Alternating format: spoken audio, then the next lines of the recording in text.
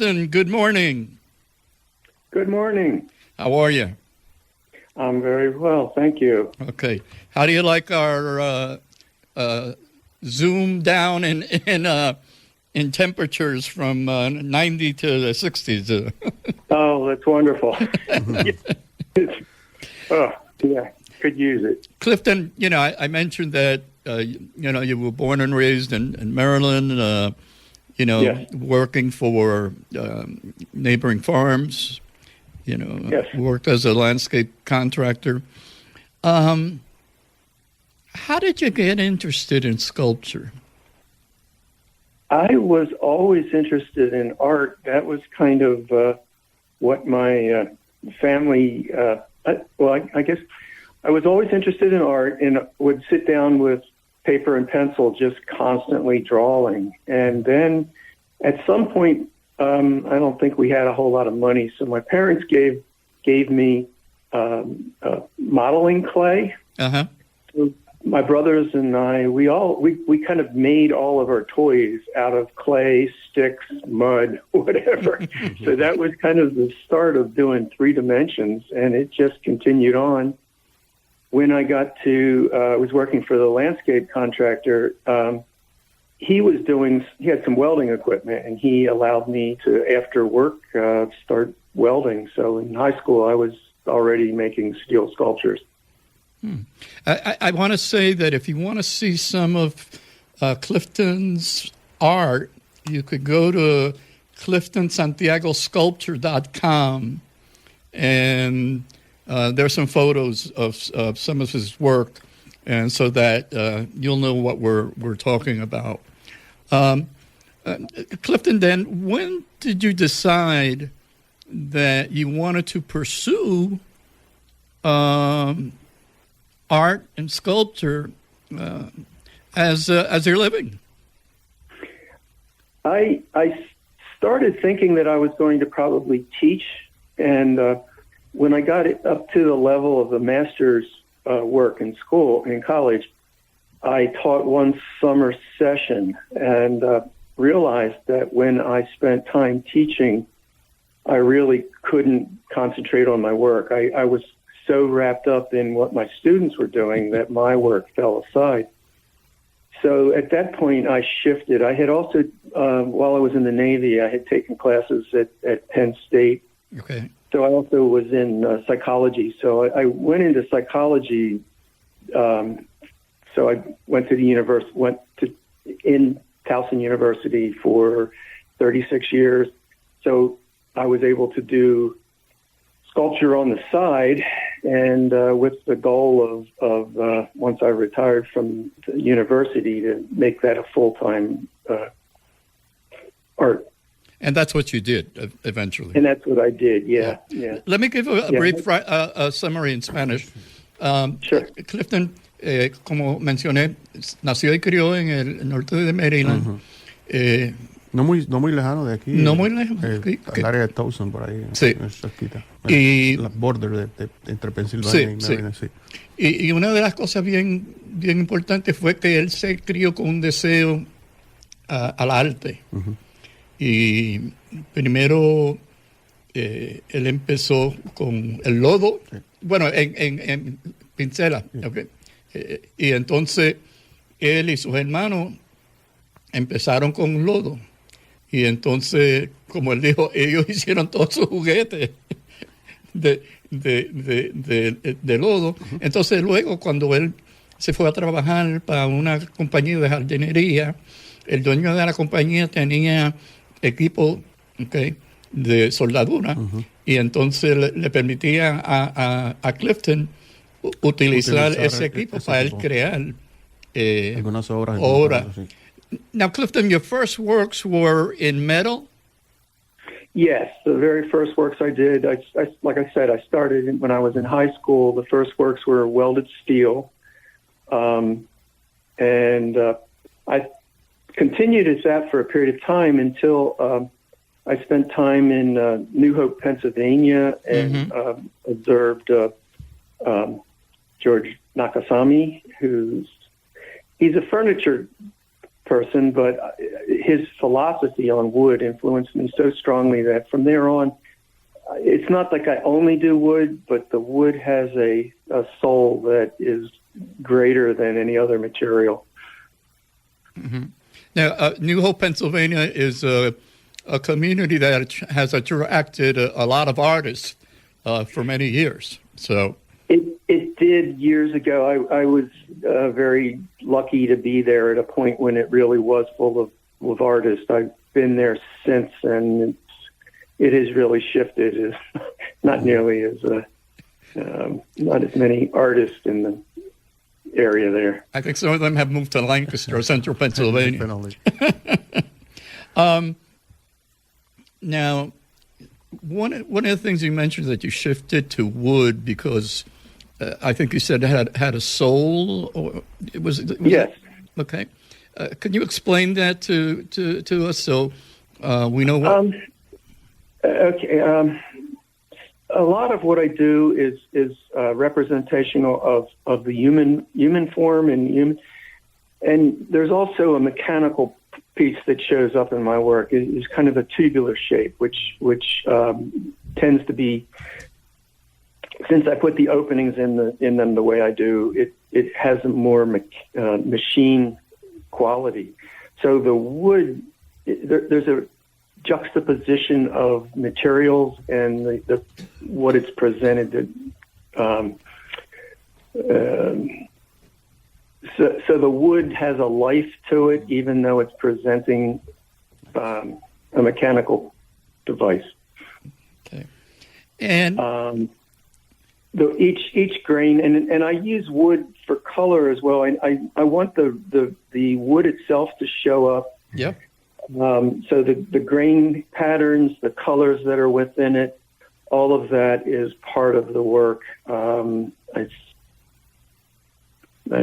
just like I say, the wood has a natural attraction. One of the things you see is frustrating at times is that at a show, people just can't seem to keep their hands off of it. Yes. That's not the best thing for it because their hands will get so what do you do? What do you do to stop them? Usually the gallery director will tell people that, don't touch. But it happens a lot. And because of that, it's seen as sensual. And it is, but not in the way that sometimes people interpret it. Yeah, plus people don't realize there's all sorts of things on your hands, either naturally or you've touched something, and it could damage the piece of art. Yes. Clifton, did you use any specific wood for your art? No, it depends on what the project is. I mean, sometimes, I'll have something in mind, and therefore that particular piece I'm looking for maybe cherry or maple or I use basswood. It's good and bad to work with. It's one of those woods that it's easy to work with up to a point, and then when you go to put a finish on it, it gets fuzzy, which means I spend a tremendous amount of time sanding and working that out to a smooth finish. But that's one that will maintain the light color forever. And one of the things I say about my work is it's really in 4 dimensions, because when I finish a piece, I'm thinking down the road of what the color is going to shift to over time. I think that kind of comes from my background with landscaping. I did landscape design as well as installations. Okay. And so you thought, well, what is it going to look like in 10 years? What is it going to look like in 20 years? Clifton, there's any type of wood that is easier to work with than others? Or to start with, if you're thinking about... To start with, yes. I start my students off with poplar. Okay. It is probably one of the best woods for that. And the other thing that the poplar does, it teaches them very quickly about the color shifts. Poplar starts off kind of a cream color with green stretches parts in it. The the heartwood tends to look green. And in a few years, that'll turn to a dark brown. So you try to get them to recognize that fact that they're going to be dealing with that color shift. Clifton, what's the maximum time that you have spent on a piece that you've created? Oh, golly. I've had pieces that have stretched on for years. The actual work time, the longest one I spent working on one was about a year. Okay. I have another question for you, Clifton. If any of our listeners want like something customized, you do that too? I'm willing to speak with somebody about it. It depends on how they view that. I've had someone came to me with their grandmother's bagel board, and they wanted me to cut it up and put it in a piece. And to me, that was like I couldn't do it. Okay. it's like I would incorporate it as the bagel board in the piece, but I was not going to cut it up. That just was, So there are limitations to what I'll do. Yeah, and that's understandable. Okay. Vamos a hacer un resumen. I'm going to do a brief summary in Spanish. Okay. Una de las cosas, él le gusta trabajar con madera. Sí. Aunque ha hecho trabajos, comenzó trabajando en metal, como mencionamos hace un ratito. Piedra. Pero su material favorito es la madera. Okay. Y porque dice que tiene un alma. Okay. Básicamente que te permite crear obras, pero que representan algo. Sí. Okay. Usualmente él tiene alguna figura humana en alguna de las obras, pero todo no es madera, incorpora a veces metal. Okay, con la madera. Okay. Que esos son, otra vez, dependiendo en qué tú tienes en tu mente. Sí. Okay. Hermosas piezas, señores. Si ustedes desean, pueden ir a la página de Clifton y hay unas piezas hermosas. Clifton Santiago, sculpture.com. Unas esculturas ahí hermosas, en muchas tallas de madera. Le preguntamos cuál era su tipo de madera favorito. Y Clifton dice que le encanta mucho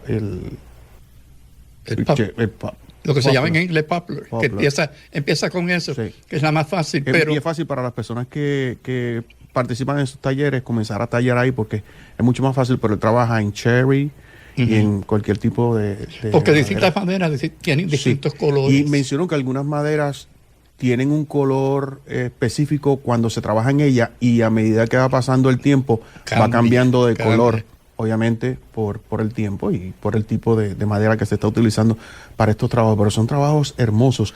Now, yo quiero preguntarle a él, Wilfredo, cuando regresemos, entre cuánto de dinero, ¿verdad?, están valoradas algunas de estas esculturas, para que nuestra gente y la gente que tiene ideas o que les guste este tipo de arte meta mano y comience a trabajar por lo menos mentalmente y mirar la posibilidad de que puedan hacerlo. O para distintas, vamos a decir, si trabajan en una corporación más grande y esa corporación tiene un presupuesto para comprar obras de arte, miren el website de Clifton. Está bonito, bueno, tremendo trabajo. Me encantaría ver a este artista en alguno de nuestros eventos acá en Lancaster, porque él está aquí en la ciudad de York. Vamos a hablar de los precios en los cuales fluctúan estos trabajos.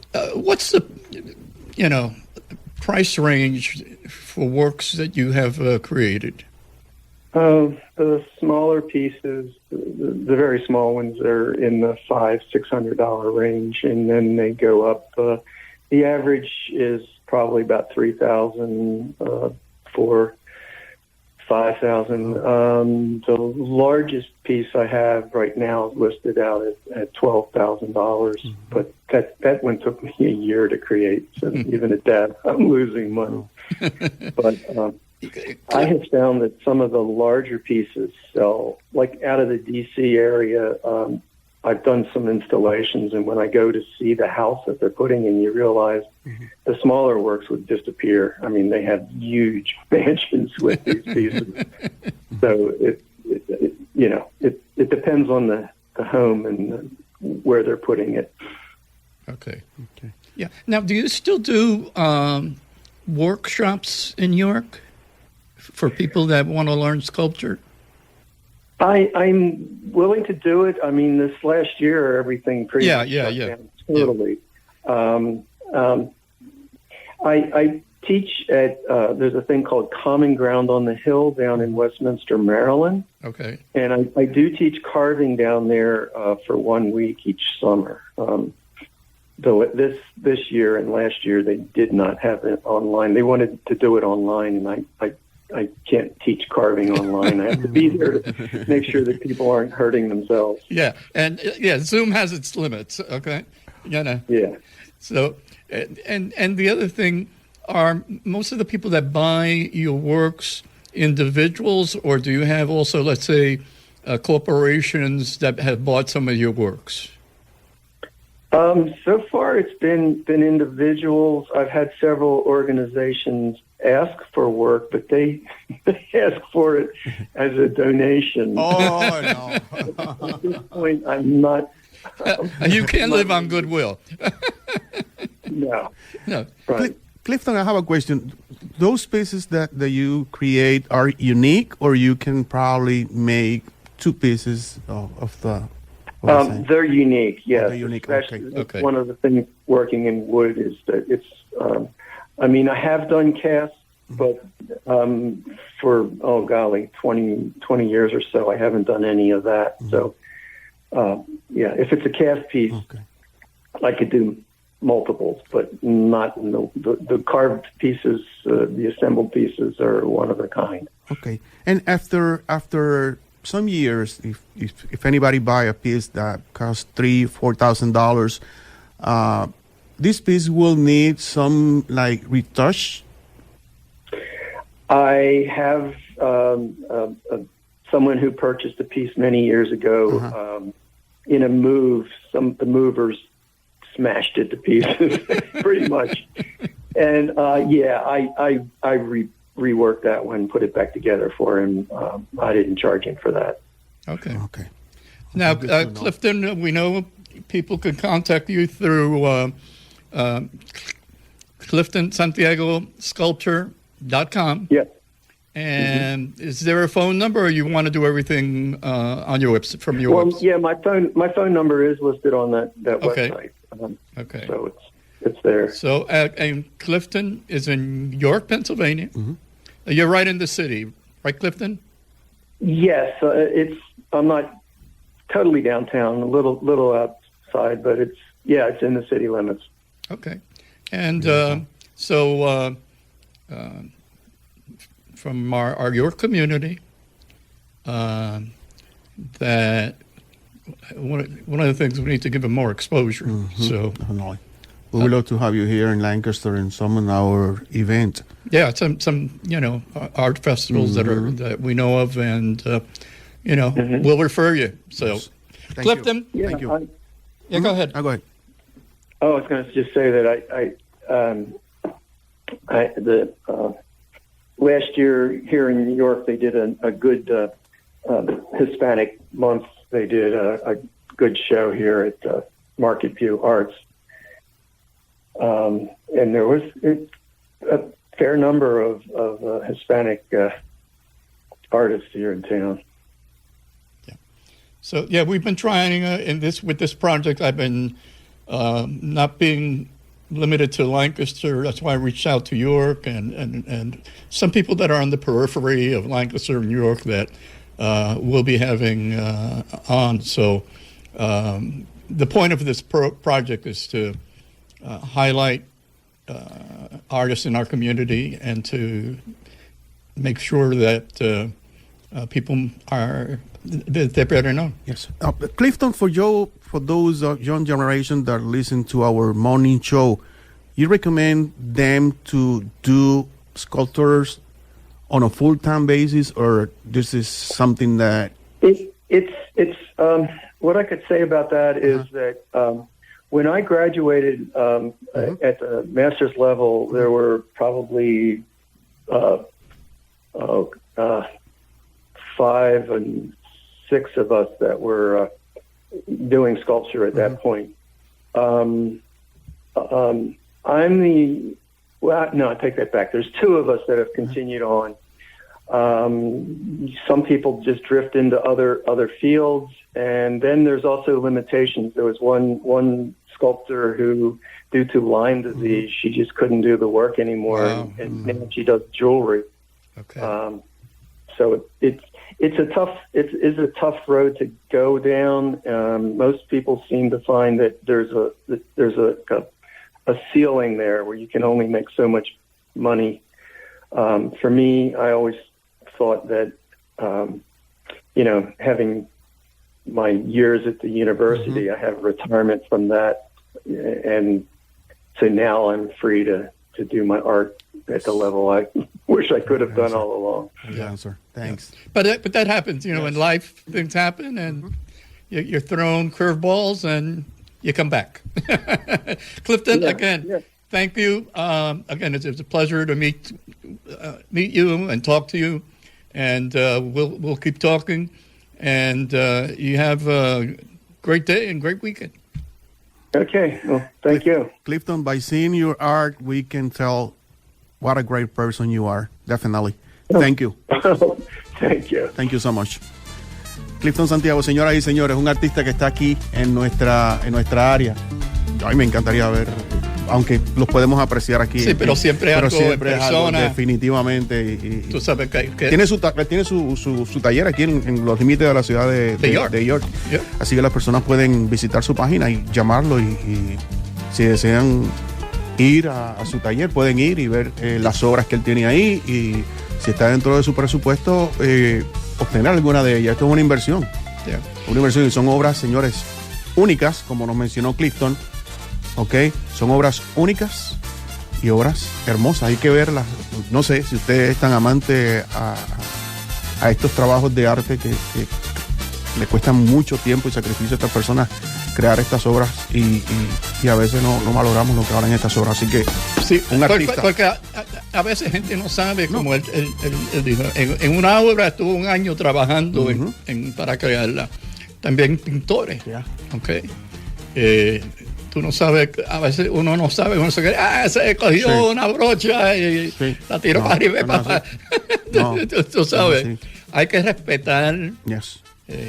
Ni ponerle precio a las obras de arte de nadie. O sea, ese es el trabajo de una persona, ese es el talento, esa es la dedicación. Y como mencionó Clifton, y tú acabas de mencionar, muchas de estas obras le toman muchísimo tiempo y horas de trabajo a estos artistas. Clifton Santiago está en York, Pensilvania, y sus obras. Y todos ustedes que van a estar organizando eventos, festivales, ténganlo en mente. Ténganlo en mente. Wilfredo, muchísimas gracias. Sí. Señores, esta entrevista de la mañana de hoy con Clifton Santiago, a través del señor Wilfredo Seda, es parte de este año, el nuevo capítulo de lo que es Pennsylvania Concern in the Art, y este proyecto en el cual está nuestro compañero Wilfredo Seda encargado. Gracias. No, gracias a los artistas. Definitivamente. Gracias. Señoras y señores, breve pausa musical y volvemos con mucho más aquí en Café con Leche.